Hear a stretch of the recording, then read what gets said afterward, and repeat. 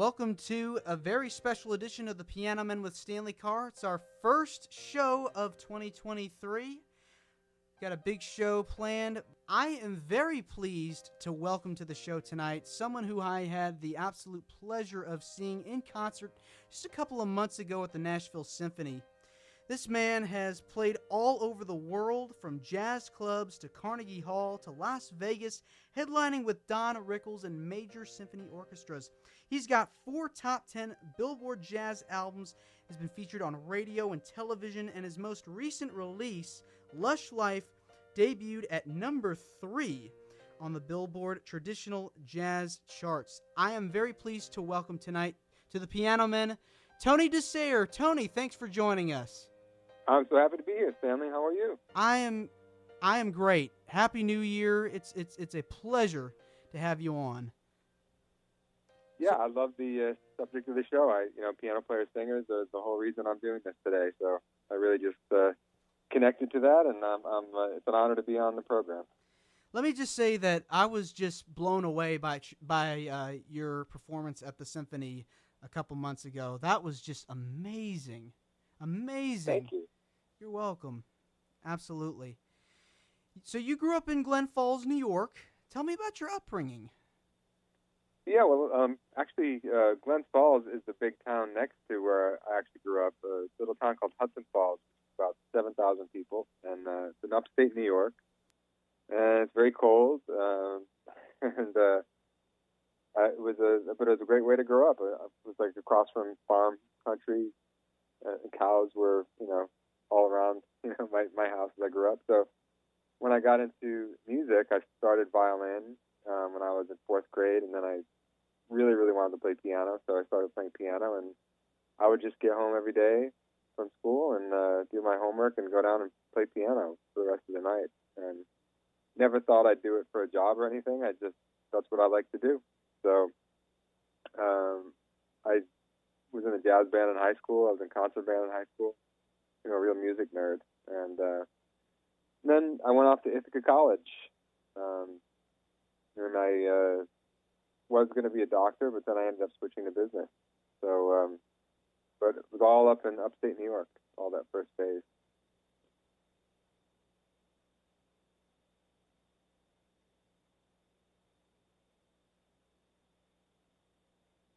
Yeah, my dad plays guitar and sings. He would come home every day from work and play guitar, and he liked like the Beatles and Eagles, James Taylor, and all that stuff. And so there was always kind of live music in the house. And when I first started playing, I'd play with him. I'd kind of be his backup band. I had a little keyboard that put a little drum beat on and play bass. And so yeah, that's how I started playing with my dad. And my sister plays guitar and sings too, but she never did it for a profession or a gig or anything. Yeah, it just seemed like something that she'd do for fun. Yeah. Yeah, I mean, nothing wrong with that, absolutely. So, you've had all this experience, and you found that passion at such an early age. Was there a point in time where you just were like, this is what I want to do for a living? Yeah, it was funny because that is a choice that everybody has to make, when they're kind of making, everyone kind of reaches a crossroads, but especially when you decide to pursue the arts, I think it's a question a lot of people deal with when they love something, like whether it be music or film or theater. And I actually, all through high school, never thought that it was a realistic thing. It was like, it seemed like something really impractical and too risky. But then I started working. I started gigging around my hometown, and it was working.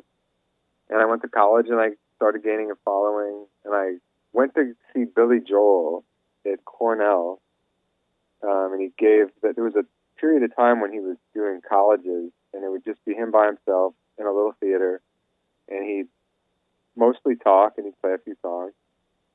So I was really excited because, still, really, if you want to see Billy Joel, you have to go to someplace like Madison Square Garden. Oh, yeah. So this was an opportunity to see him in a small theater. It was maybe like 1,000 people. Mm-hmm. And one of the people asked him, because he wanted to take questions, and he really wanted questions about the music business and things like that, as opposed to like, what were you thinking when you wrote Piano Man, something like that. And someone said, how could you, advise somebody to go into the music business when, it's like 1 in a million shot that you'll make it. And he said, well, to be successful in the music business, you don't have to be me. You don't have to be rock star Billy Joel. You could just, if you can play music and pay your bills, then you're a success. And it's funny because when he put it that way, I all of a sudden felt like I could do it. So that night I decided to change my major to business, actually, just because I wanted to get out of school on time. I didn't have time to switch to music. Mm-hmm. And I decided then that I would move to New York City after I graduated and try my hand at having a music career. Yeah, you had to do what you had to do, Like you said, it was risky. Yeah, and now when I do master classes at colleges and high schools, it's kind of a real struggle that people have, because it is a difficult decision to make, because it's what you're going to do with your life, and it takes, unless you get really lucky, it's going to take a long time, to find your path, and carve out your niche, whatever that is, and there's a bit of luck involved, and a lot of hard work. So it's definitely daunting. I mean, if I knew how hard it was going to be before I started, I don't know that I would have still done it, but I'm glad that it worked out. It's like that secret formula, It's like you have to get all the ingredients together, and voila, there you go. Yeah. I mean, it was a lot of years of playing, in hotels and bars and places where people weren't even paying attention, and a lot of stuff that was exciting that seemed like it was going to be like a big break that didn't work out. A lot of things like that. But then other things that just when I least expected it, opportunities came out and rolled out in front of me, and I walked through that door, and it led me from one thing to another. So, and I've been at it now, close to 30 years. Wow, unbelievable. So, other than you'd mentioned Billy Joel, obviously that's an influence. But who are some of the other people you looked up to as a musician? Well, I loved all the piano, the piano men, all the piano singers like Elton John, Randy Newman, Stevie Wonder, Jamie Cullum, I like a lot. Harry Connick Jr., of course. So that was a big thing for me. Like anybody that played piano and sang, I really looked into and listened to their music. And but I also, Frank Sinatra, of course, was a huge influence on my singing. And really, I love great songs and great singers. And then also piano players. I spent a lot of time studying Oscar Peterson or Art Tatum, Errol Garner, guys like that. Mm-hmm. That's really who all my teachers have been, because growing up in the small town that I did, away from the city, there were really no teachers that could teach me what I wanted to learn, and it was before YouTube or anything. So I'd learn from the recordings of all these different people, and get sheet music books of their songs and just listen a lot. But yeah, so I'm kind of like a combination of all those influences now in what I do. Yeah, it's good to have all those influences. What was there a particular record that you bought when you were younger that really blew you away? Like, do you remember some of the first records you bought? Yeah, well, the very first thing that I bought at all was Billy Joel's Stormfront album in 1989. I think my mom lent me $10 or whatever, and I bought it, and because I love the song "And So It Goes," and I was just starting to play piano at that point, and so I was playing piano, and then I just wanted to start singing. So, but I think the album that really changed kind of my musical life and my life is Harry Connick Jr.'s When Harry Met Sally album, which came out the same year as Stormfront. And that just, I don't know, it just spoke to me. I just loved every song on there. I loved the piano playing. I loved the singing. I loved the arrangements. That's good. It seems like it's good to have that eclectic mix of music. You know, it helps you become well-rounded as a player and as a performer, and and it's just you have something that you can connect with in a wide variety of ways. Yeah. I mean, it's really important to have a lot of influences, but it's also, I think, important to focus on, like, really dive deep into recordings too, to really analyze them and learn them and kind of memorize them in your head. Why do you think that's important? Why do I think it's important? Because to really understand how an arrangement is made or what's happening in the piano, like to really understand it, to be able to digest it, you really have to have it so imprinted on your brain that you could play it back in your brain without having to, play it on Spotify or CD, whatever. Because in that way, it's like in your own internalized hard drive of music to pull from. So as opposed to just listening to a lot of different stuff, which is also important, but just, in order to really internalize something, you need to focus on it for, days and weeks and play it a lot, so you just can hear the whole thing. I mean, and I think that's really what formed a lot of my musical taste and my musical vocabulary. Was just, I mean, there's still so many Frank Sinatra albums and Harry Connick Jr. and Billy Joel where I can just basically play the whole album in my head. Yeah. What can you tell me about some of the first gigs that you played when starting out? Yeah, well, the very first steady gig I had was in Glens Falls, New York, at a hotel called the Queensberry, which was the nicest hotel in town. And I was like 18 years old, but I looked like I was 11.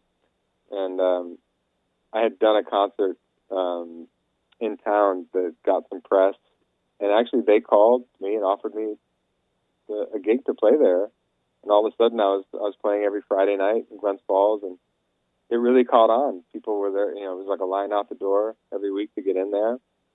And that was the way that I started. And it was really quite amazing. And but it was really noisy in there. It's not like not like I was doing a show and people were listening to what I was doing, but still it was a great way to start. And I would, I'd play up around like Lake George and Saratoga, which are other kind of touristy spots up in upstate New York. And that's what I would do every weekend. And I continued while I was in college on breaks, summer break and winter break. I would play in my hometown area. So those are my first gigs. So we're gonna play a selection, the first of which on the show that we're gonna play tonight. It's a cut from your 2005 CD, your first album, Want You, called How Will I Say I Love You. And this, from what I remember at your concert, you had a pretty nice backstory that you talked about. You played this song, I believe, at a show in New York City at a hotel, and you spotted a familiar face at that show. Can you tell me about that? Yeah, well, I play at the Carlisle Hotel sometimes, which is a historic New York City hotel on the Upper East Side. And I was playing my show, and Paul McCartney, the Paul McCartney, walked in and sat down to watch me and my band, and played a whole show while, for him sitting there. It was surreal. And I played this song, How I Will Say I Love You, which I wrote. And I could tell that he was really checking out the lyrics and listening to it, and it was so cool. Then after we were done, he got up and we talked about the song because he loved the song, and it was the coolest and one of the highlights of my career, highlights of my life, to talk to Paul McCartney about songwriting. just it's so amazing that you had that experience. We're going to play the song How Will I Say I Love You right now on the Piano Man.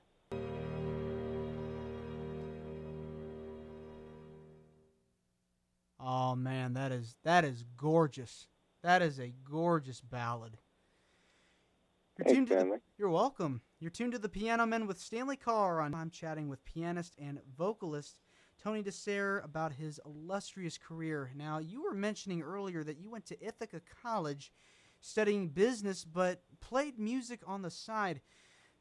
Tony, what can you tell me about your time there? Well, yeah, I mean, one of the reasons I chose Ithaca was because it has a really good music school. It started as a music conservatory. So while I was there, I was able to take a lot of music classes, and I played in the big band there, the jazz big band. So I was able to actually learn a lot and stay connected to music. And my freshman year there, they had I think, like a battle of the bands thing instead of a spring concert.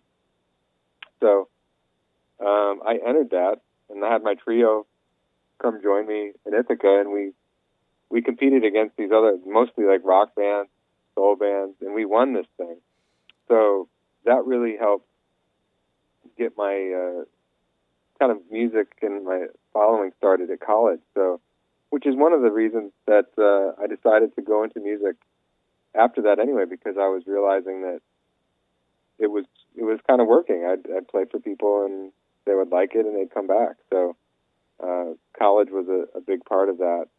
It was a great time in my life to be there at Ithaca. And then after that, I just decided I had to go to New York City. I'd never really spent any time in a city or New York, and I just figured I might as well just go for it and move there and see what I could, see what I could do. And I didn't know if there'd be, 50 other guys down there that played and sang better than I did. I had no idea. But I moved there without any contacts or not knowing anybody, and about 6 months after I moved, I got a gig at the Marriott Marquis Hotel in Times Square.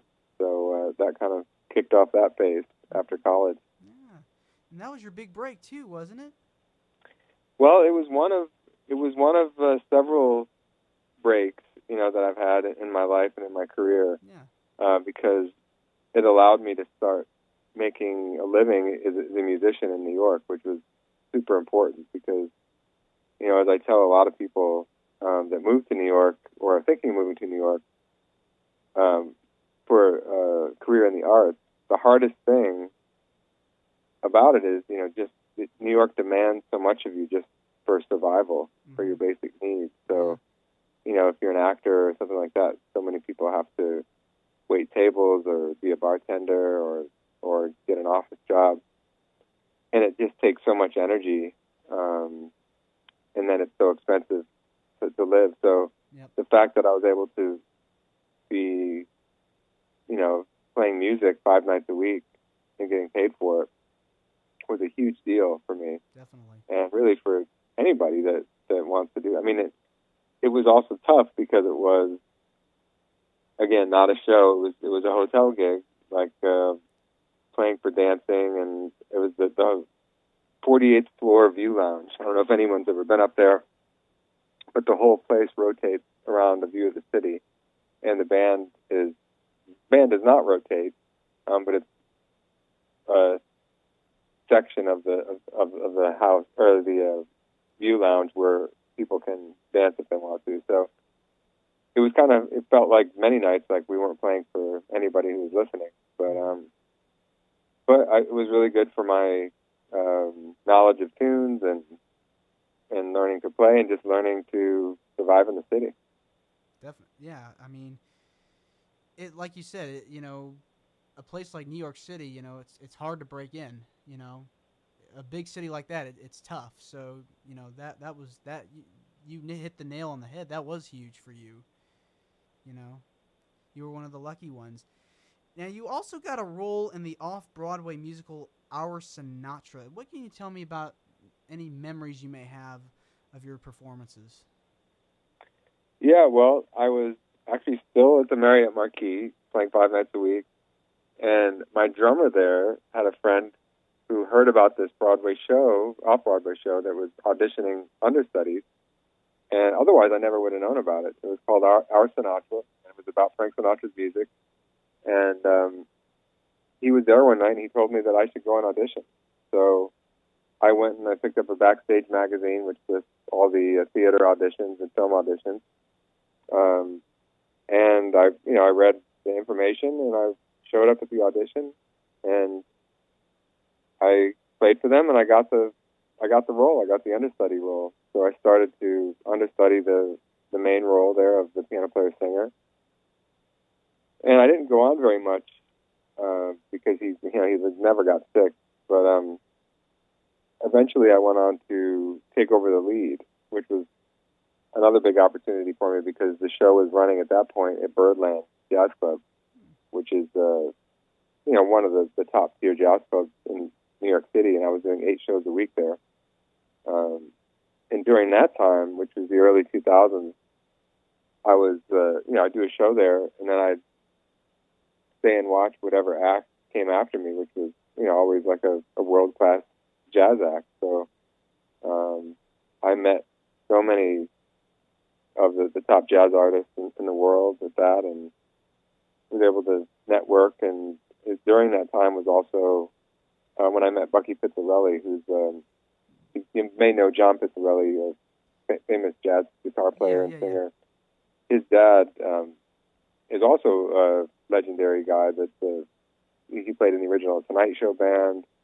He played with every artist, as a sideman on guitar. So I met him during that time, and we recorded a demo, which eventually became my first album on Telex Records, which you played one of the tracks from just a minute ago. Yeah.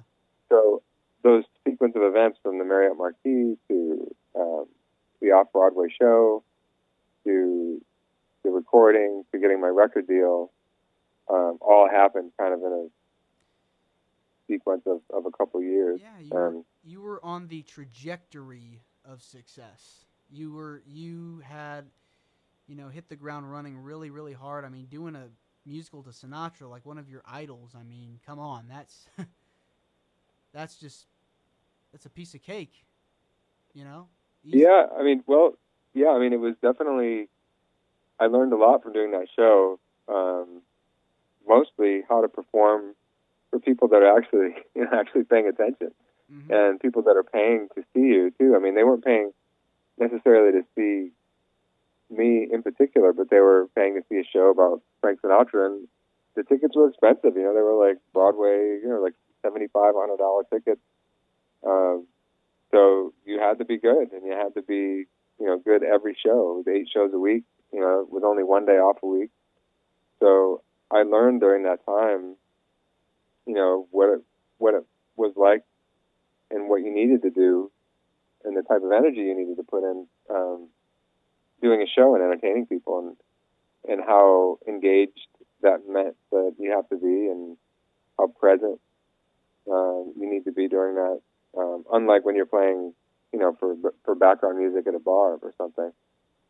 So, yeah, that was a very formative time, and I learned tons during those 2 years there. Yeah. What was like the differences you noticed between being a part of a show, like a Broadway show or musical, versus playing music at a club? Did you notice like a difference? Oh yeah, I mean it feels completely different.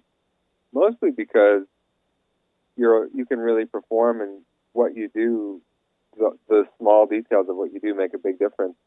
And you use the silence as a tool as well, because when it's a noisy room, you can't really use the silence of the room as a tool. Whereas, like, if you're phrasing in a ballad and you let some time go by and you pause, that pause means something to an audience. And if you're just playing in a noisy room, you're just really kind of setting a mood. You're not really engaging with people in a musical conversation, which is, what doing a show is. So they're completely different. And that's why I think it's so hard for people to make the transition when they're, playing for private parties and weddings and bars and things like that. It's very hard to transition to doing a show because they're really two completely different animals. We're going to transition now to our next selection.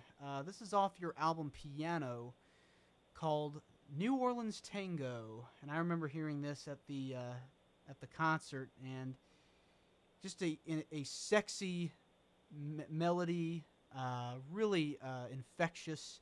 What can you tell me about the New Orleans Tango? Well, yeah, it's a song that I'm really proud of. I play all the time at shows. And the one you heard was the orchestra, actually, of course, the National Symphony. This version, everything you hear except my voice was all done on a piano. So, I muted the strings, I strummed the strings, so it was, the challenge was to orchestrate a whole song or a whole album only using the acoustic piano. So, and it combines kind of like tango and Latin rhythms with New Orleans style piano playing.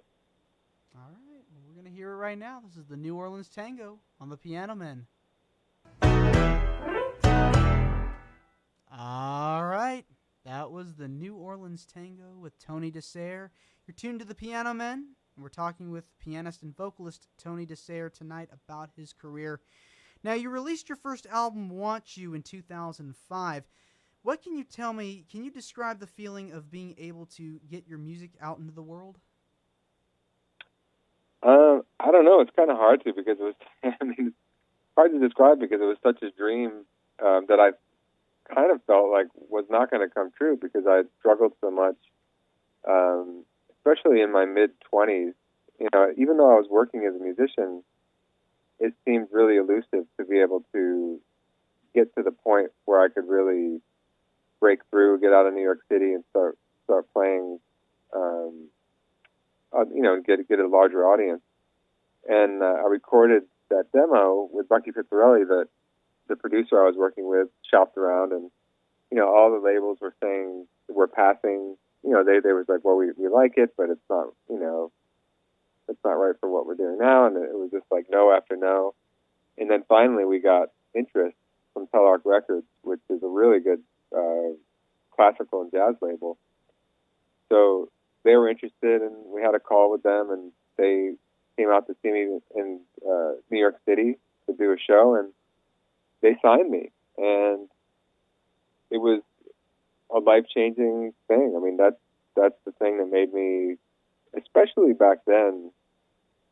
This was a few years before YouTube and all that. So now you can get credibility based on how many followers, views you have. Back then, credibility was whether you were with a record label and in the stores like Barnes and Noble and Borders and Tower Records. Mm-hmm. So when I was signed and my record came out, my CD was everywhere. I mean, I could go in any CD store and find my name and find my album there. And that's what I dreamed of, when I was a kid. When I was buying Frank Sinatra and Harry Connick albums, and I was right there,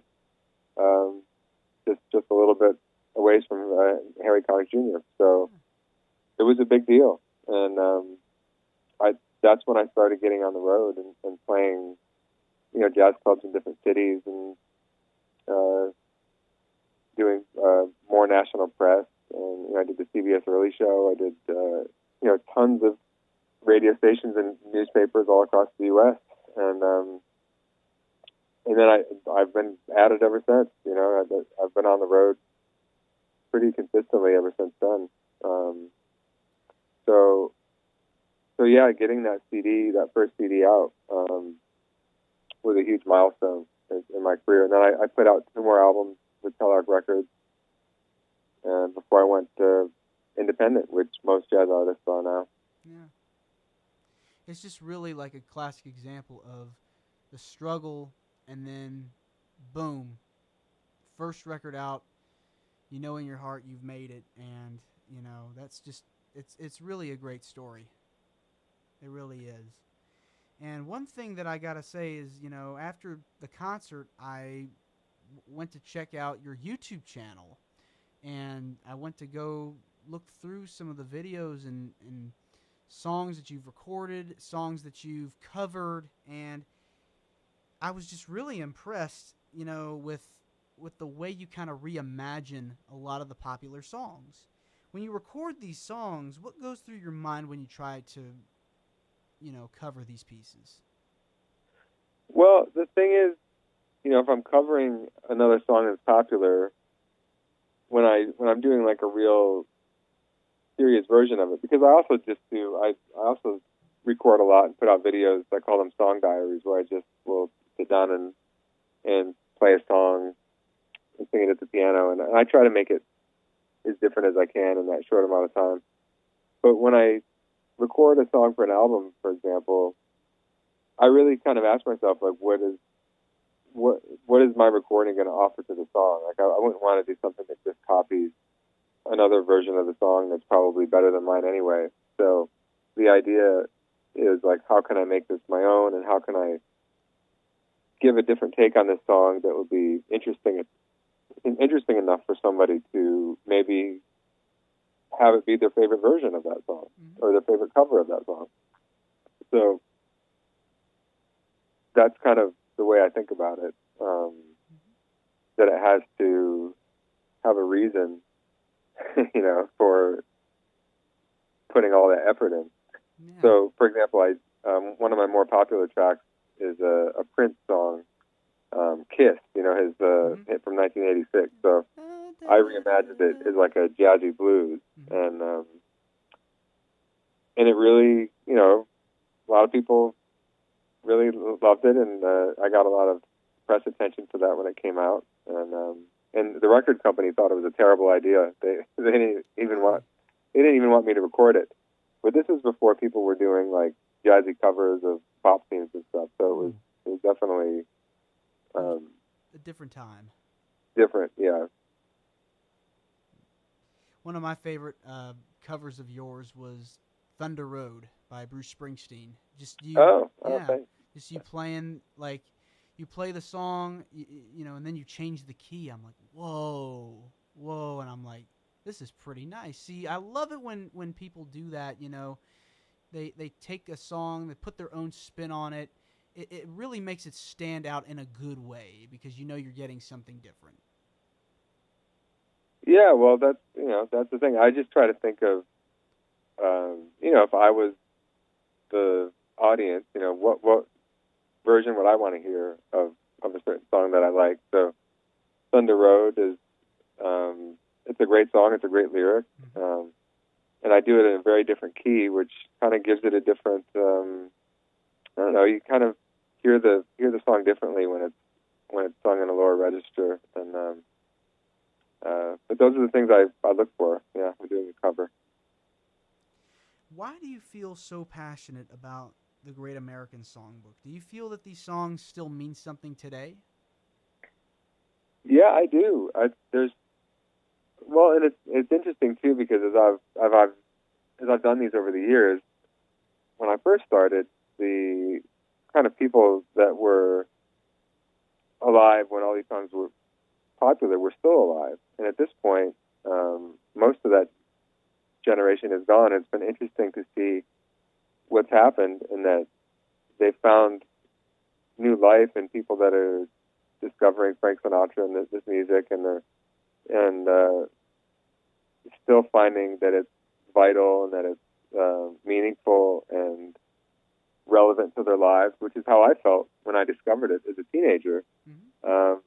And I don't know exactly why, other than I just thought that the song spoke to me. That they have beautiful melodies, they have beautiful lyrics. They're really sophisticated in ways that a lot of songs that were written since aren't. My friend Tom Pietro, who's an author who's written books on Frank Sinatra and Barbra Streisand, and he makes a good point in his book that when those songs were being written, they were writing pop music for adults.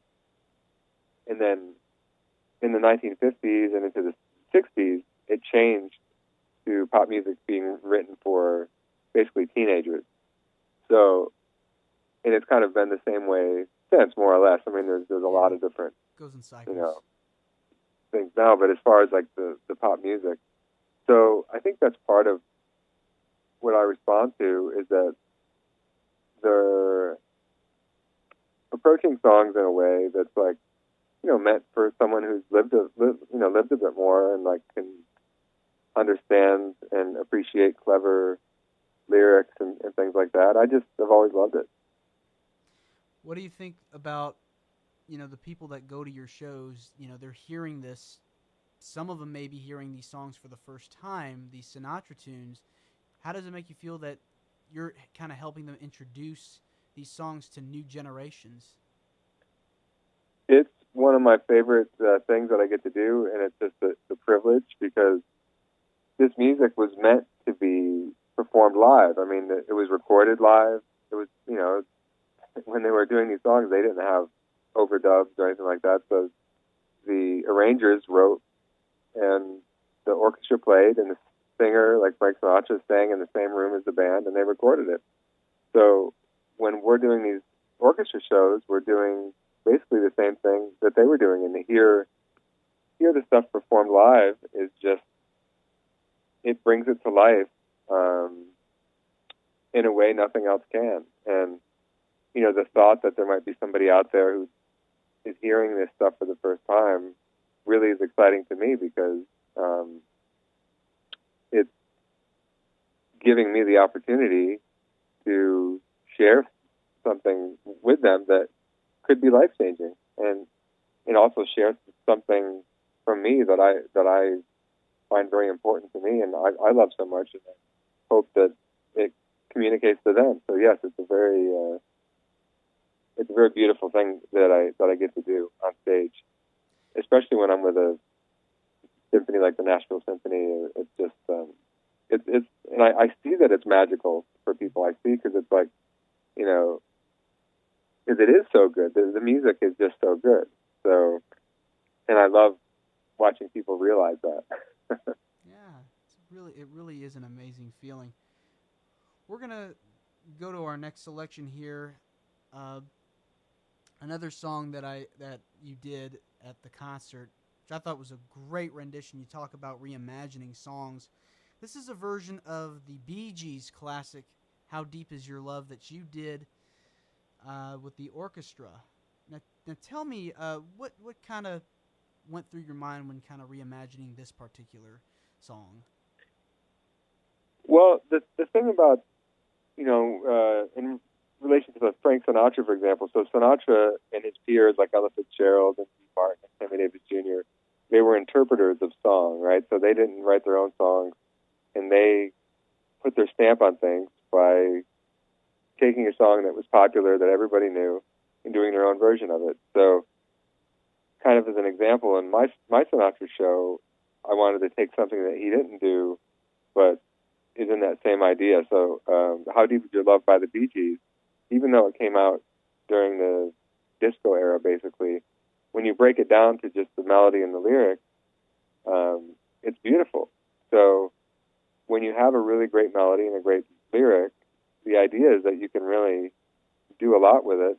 And so taking it out of that kind of like light disco pop rock and put it into like a more lush bossa nova feel and make it seem more like an old standard. It just seemed like a really fun idea, and so that's what I did. Yeah, and you did it really well. So we're gonna hear it right now. This is "How Deep Is Your Love."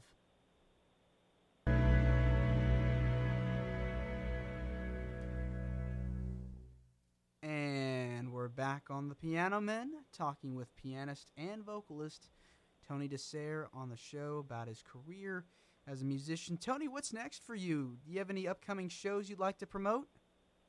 Yeah, well, I'm always on the road. I just got done with New Year's Eve with the Des Moines Symphony in Iowa, which was really fun. And then in a few weeks, I'm doing the Vancouver Symphony. I'll be back at the Carlisle in New York City for a couple weeks in February. And my schedule has all my tour dates, TonyDeSare.com/schedule. But we'll be back with the Nashville Symphony next season in 2024. I'll be doing a night of Gershwin and playing Rhapsody in Blue. That'll be fun. George Gershwin, another classic composer. So, do you feel that the music business has changed in the last 20 or so years since, you got your break as an artist? If so, why? Oh, wow. It's changed in every possible way, just about. Just like so many businesses, but music especially.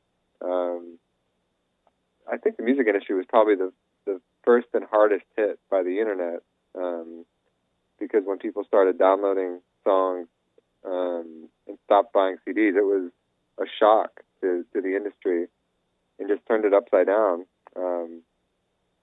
So technology has completely changed the way people discover music, the way people listen to music, the way artists are signed, the way artists promote themselves, the way artists get paid.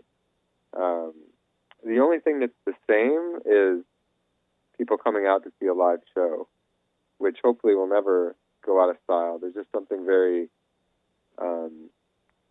and that's been happening for, we don't even know, thousands and thousands of years.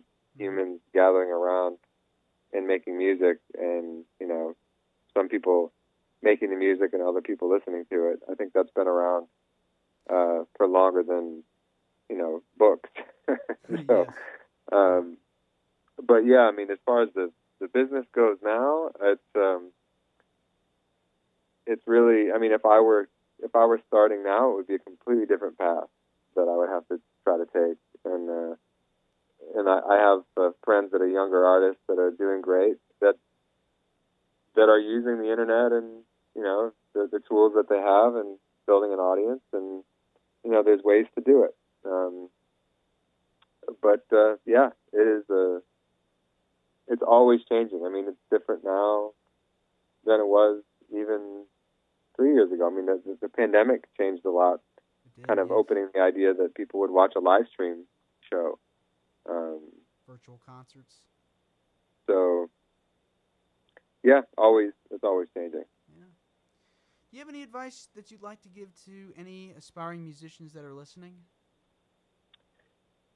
Yeah. Well, if anybody's listening that is thinking about going into any aspect of music or a career in the arts, I think the thing that I didn't realize, that I just kind of found along the way, is that you really are like an entrepreneur of your own startup, and your product is your art or your music or whatever it is. So you have to really approach it that way, and so you need kind of a company in a way, and you have to think about like who's doing each role. Now, for most people, myself included, I can't afford to have a bunch of employees. I can't afford to have somebody that records all my music and mixes it, or videos everything and edits the video. So over time, I've learned how to do that stuff myself, and accumulating all those skill sets along with playing music is so important these days, and it's really essential. So the other thing is too is like, yes, it can be great to go to school for things, for music, for film, for video, all these different things that you can pay to go to school for, but the opportunity is there to learn anything you want to learn on your own. I've learned so much on YouTube and just, through the internet in various ways, that it's all there, and most of it's for free. So just always be sharpening your skill sets, and putting out the best possible product you can, and hope that that keeps propelling you forward. Those are great words of wisdom. Now, where can people find you on social media? Do you have a website, Tony? Sure, I have it, TonyDeSare.com, TonyDes, as in Sam, ARE. And I'm on Instagram, I'm on YouTube, I'm on TikTok. I just had a video go viral on TikTok. I did 21 versions of Jingle Bells, where I do a lot of vocal impressions and piano impressions, and that's up to about 1 million views on TikTok, so follow me there. And I post Song Diaries. I've done 312 of them, where I just sit down in my studio and sit at the piano and play and sing a song and put it out. So follow those. I've got a nice community of people that have. I started doing them during the pandemic, and still continue to do them when I'm home. So. Yeah. Well, Tony, I gotta say, we can talk about music all night long, but right now, unfortunately, we're out of time. But I want to say thank you for coming on the show tonight. It means a lot to me and our listeners, and I'd love to have you back on sometime soon. Yeah, I'll come back anytime. Thanks. I'm so happy you had me, and it was nice to chat with you, Sam. Yeah, nice to chat with you too. Well, it's going to do it for this week here on The Piano Man. You can like us on our Facebook page at facebook.com/The Piano Man Radio Show. Till next week, I'm going to play you I'm Going to Live Till I Die by Tony DeSare.